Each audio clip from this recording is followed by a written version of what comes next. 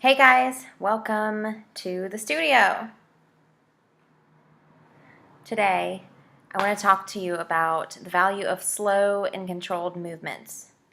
So this is an exercise portion. So there's a misconception out there on exercise that it has to be hard and fast in order to be effective.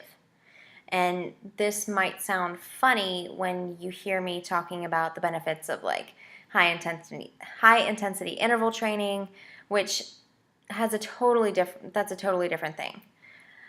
One of the most common barriers to consistent exercise, as in creating a more active lifestyle, is the concept that it has to be hard and fast, right? I'm sure that you've heard this or maybe even felt this pressure.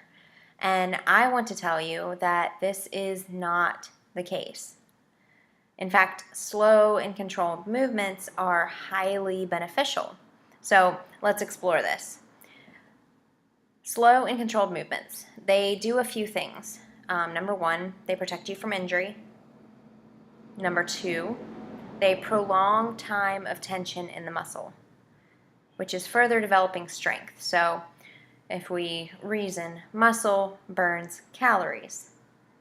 Therefore, whenever you have more muscle, you burn more calories, even if you're just sitting here watching this video. Okay, so prolonging time of tension on the muscle is going to further develop strength, is going to further develop muscle as well. Okay, now I'm not talking about becoming Herculean. Okay, although I will say, like, if that's your goal, you can totally do that. But I'm talking about building an amount of strength and muscle mass that tones your body, that makes you stronger overall, and that burns more fat so that it boosts your metabolism. Okay, so think about it. Let's say you can do 5, 10, 15, maybe more push-ups without really thinking about how slowly or how quickly that you're doing it. You're just push up, right? Much of that work is based on momentum, and that is instead of strict muscle work, okay? So if you slow down that tempo, let's say go down for 3 seconds and back up for 3 seconds, you're strictly causing those muscles themselves to lower you down and to push you back up. So increasing the time that your muscles spend under tension has a great deal as to your strength, your endurance, and your productivity if building muscle is your goal. Again, if we're talking about losing weight or burning fat, toning up, increasing that muscle tension duration is beneficial. Okay? So, funny thing too, if you can bench press, let's say, a lot of weight at a 1-to-1 tempo, so up for 1 second, down for 1 second, up for 1 count, down for 1 count.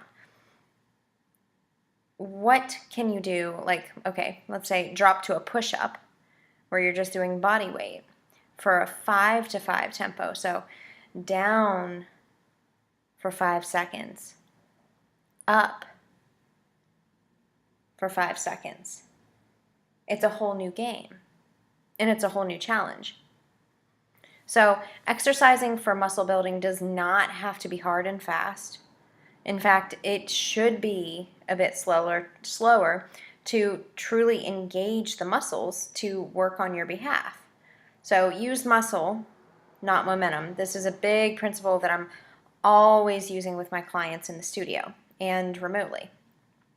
So if you're in a place where you're not experiencing the progress in your fitness routine that you really would like to see, reach out to me. Like, let's have a conversation about how we can switch things up to get you the results that you're already spending your time and energy for. And if you're in a place that you haven't started yet, well, let's discuss about how productively and effectively and efficiently we could really get you to your goals, because a lot of times we can make things a whole lot bigger in here in our brains than they really are whenever you get down to the basics and making sure that you're doing the most effective things with the time that you have available to you, or the time that you're going to carve out to work on these goals. So reach out to me.